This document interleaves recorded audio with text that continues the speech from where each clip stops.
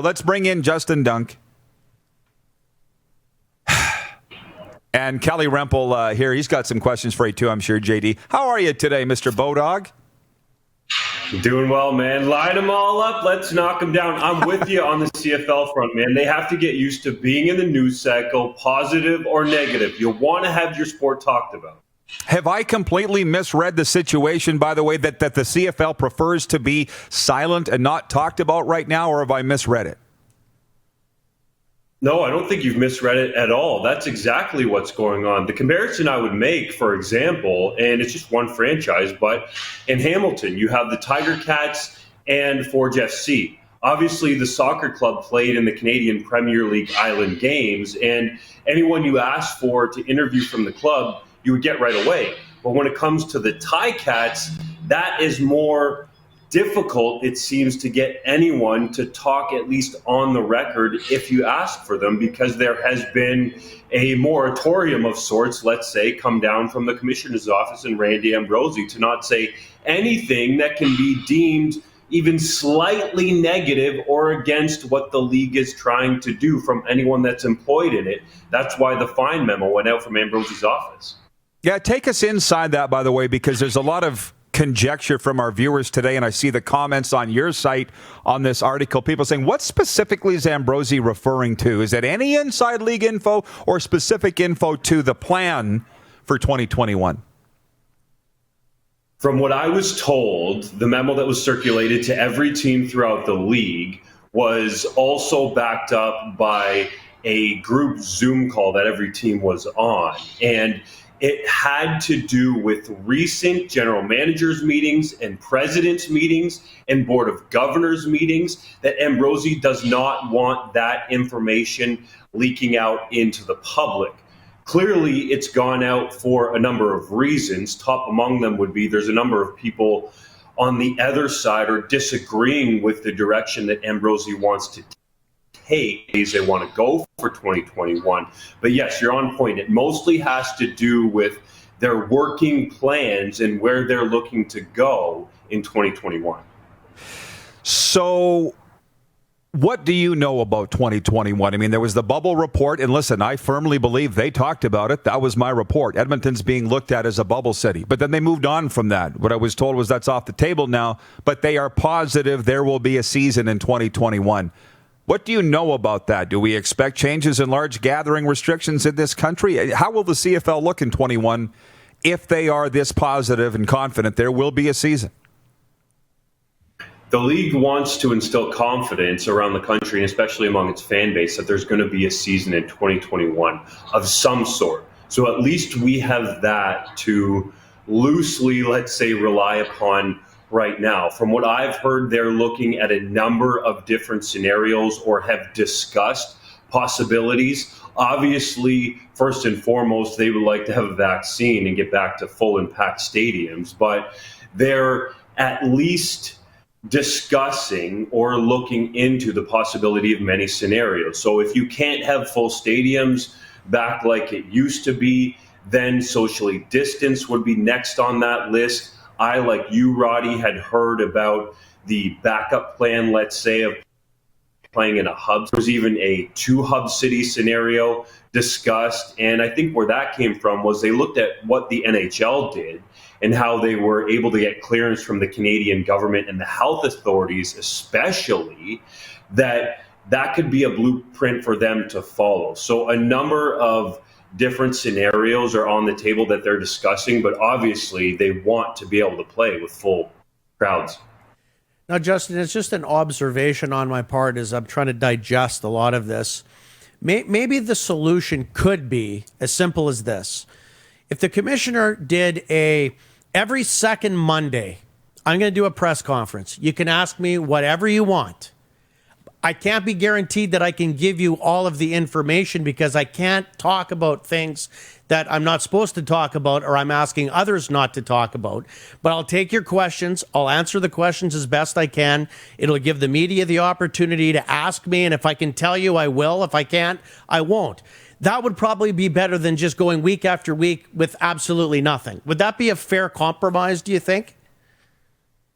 It could be one way to do it, and I see where you're going with that. The issue to me has been with Ambrosie is when you ask him a direct question, you do not get an answer. He does not actually answer the question that is put in front of him. So, I mean, I can only speak for myself, but by and large, it sort of proves fruitless to ask him a question without getting a real answer. Anything of substance is what I'm talking about. And I can understand that he doesn't want the details of their meetings to get out there, but you look at all of the other leagues, and pregame shows right now for the NFL stand out to me because they're playing. You have Adam Schefter on ESPN, Jason LaCanfora on CBS, and Jay Glazer on the Fox pregame show. And a lot of those segments people are tuning into because they want to know what's going on behind the scenes, the inside information, what's cool, what's being talked about that is not being widely reported. That's why those guys get paid millions of dollars to have those jobs. So I would say that Ambrosie needs to understand that it's a positive, whether or not you view it as a negative. And I understand being in that position is difficult, and none of us have ever been a commissioner. But I think that's the issue here, is that it's positive for the CFL to be being discussed across the country. Now, whether or not Ambrosie makes himself available, once a week or every couple of weeks to sort of do a town hall, I don't know if that's going to have the impact that you're kind of looking at, unless he's going to provide direct answers to what's really going on and what's being discussed. It's a great point, and he needs to be advised on that. But the problem here is Farhan and Naylor, and you know it yourself, Justin, you and I have talked about that. If that's who you want to go through, that's fine. But you can't lie to those guys. Somebody clearly lied to Farhan that everybody was going to be in Winnipeg September 15th, right? And we're going to be ready to go. Somebody lied to him. You can't have that. Somebody lied to Marty York to say the government funding's going to come through. There's going to be a season. Made Marty look like an absolute dolt. And he was just going by somebody on the inside that he trusted. So you know what? I'm kind of sitting over here on the media side saying, you guys need to get your act together over there and be honest. That's where I stand on that. I would totally agree. And I think, for the masses out there, and we have a following at 3 Down Nation that, to be honest, I'm very lucky to have, and we are to have, I should say, the group of us. And some people like to throw around loosely that, rumors are reported as facts, Roddy. But you and I well know how hard it is to develop and cultivate trusting relationships so that when I do segments like coming on your show or writing all of the articles that I do on 3 Down Nation, it's factual information. Arash Madani gets pitchforks thrown at him all the time for people thinking that he hates the league, when in actuality he worked in it and loves it and wants to see it thrive.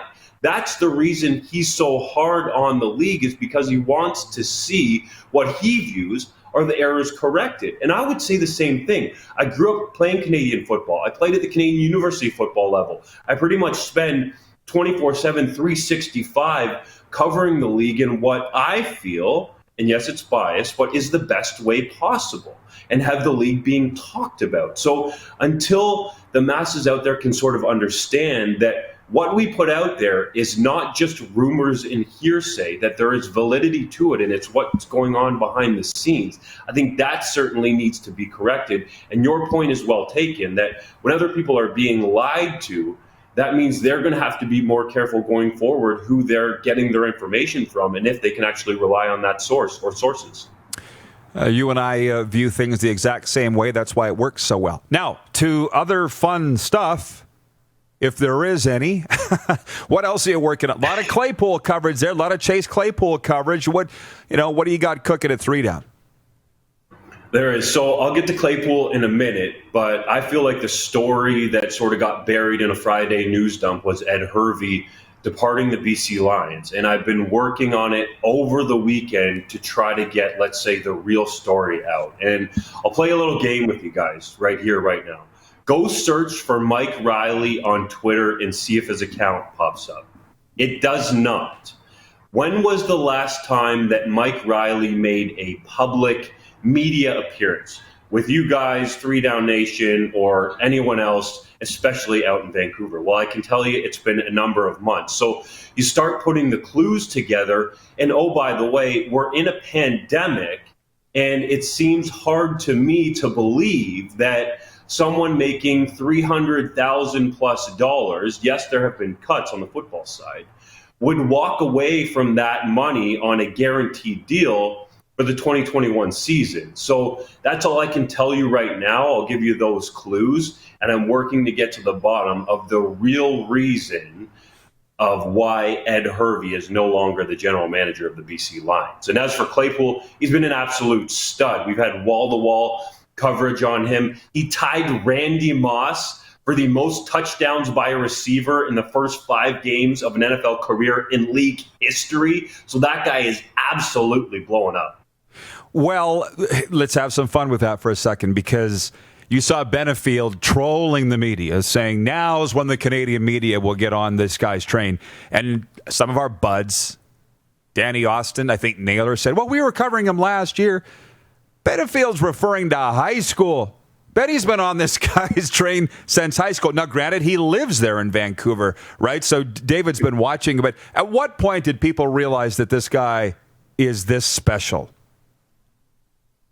It had to be for me when he scored 10 touchdowns in a single high school game. That's really the point where you say this guy is a man among boys, and there is no doubt that he's going to be at least an impact maker at the NCAA level and give him a shot to perform in the NFL. So I would say, though, making that jump from high school to the NCAA and then doing it again from the NCAA to the NFL is hard to predict, because it's obviously only about 1% of football players that ever even get a shot in the NFL. But for me, you could tell that during that 4-touchdown game against the Eagles, when they were using Claypool out of the backfield as a running back and lining him up in the slot, various positions that you don't see rookies being put in. Normally in the NFL, if you're on offense, it's one position, learn that, and then we'll see what you can do down the road. But the fact they're using Chase Claypool in multiple ways shows obviously how smart he is and his playmaking ability from the jump pretty much in the NFL. Hey, lastly, you really got people going, which you knew that you would, with the Ed Hervey, Mike Riley report. Now, Arash dropped something here a few weeks ago that Riley, there was an issue with him being paid. So, do you want to just, are you directing people to 3 Down on this? Are you saying that Hervey stepping down had something to do with Riley? What exactly are you saying, or have you said as much as you'd like to say? What I will say right now is keep it locked to 3 Down Nation. I'm working on putting the full comprehensive story together, and I definitely do not want to speak out of turn. Obviously, as a journalist, you want to do all of the proper protocols and go down that road. But those are the clues that pop up to me. Is you have a general manager that steps aside on a Friday afternoon, which is the perfect time for a news dump, and everyone out there acts surprised.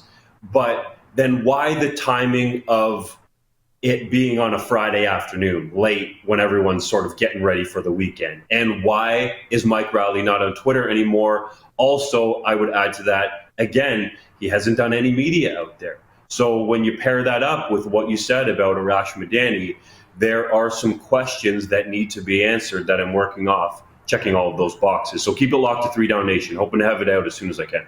Okay, well, thank you. And by the way, Mike Riley adorns our desk every day. We'll see it when we go to the wide shot, but he has been phenomenal promoting that BC Lions team. He's been lockstep with them, so I can't wait to see your article. Justin, thanks for this, my friend. Let's do it again soon.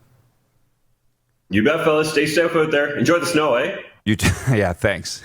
3 Down Nation's Justin Dunk checking in from the Hammer. You're watching Rod Pedersen On Demand. For more of the Rod Pedersen Show, visit rodpedersen.com or follow Rod Pedersen on social media.